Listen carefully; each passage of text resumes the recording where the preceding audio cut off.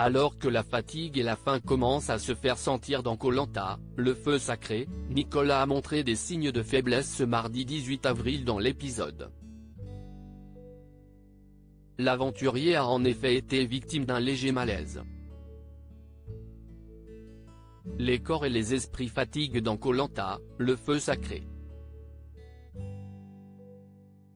Après l'abandon volontaire de Benjamin en début de saison, celui sur décision médicale de Martin et quelques inquiétudes autour de Clémence, CIST autour de Grace de jeter l'éponge ce mardi 18 avril.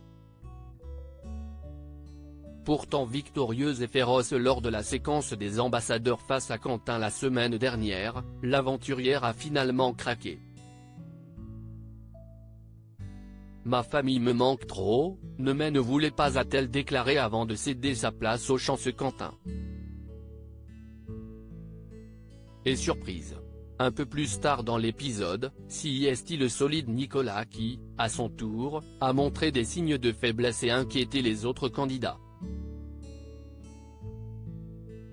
Nicolas, Koh Lanta, victime d'un léger malaise, un malaise de quelques secondes qui en dit long sur les conditions de survie drastiques dans le jeu de survie.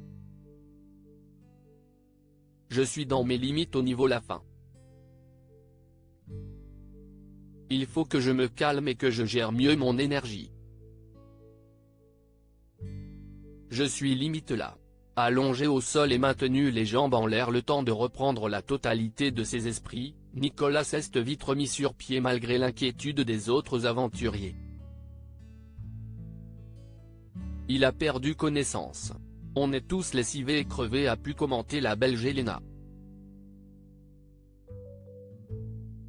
Clémence, on n'a pas le droit d'être faible dans Koh Lanta, plutôt solide jusque-là, le leader des ex-jaunes, et membre de l'Alliance des 4 Fantastiques, Gilles, Frédéric, Quentin et lui-même, l'alerte est donc à ne pas prendre à la légère pour Nicolas.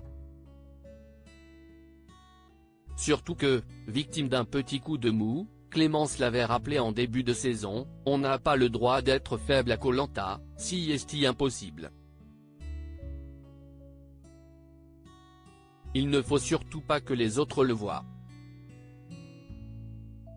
Une chose est sûre, le protocole médical mis en place par la production offre une sécurité optimale pour les aventuriers.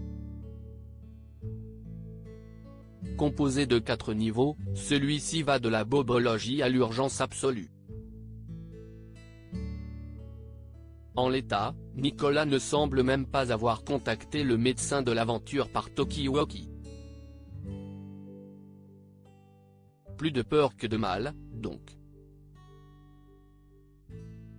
À lire aussi Nicolas, Koh Lanta, le feu sacré, règle ses comptes avec Grace après un gros tacle, tu vas apprendre à me connaître.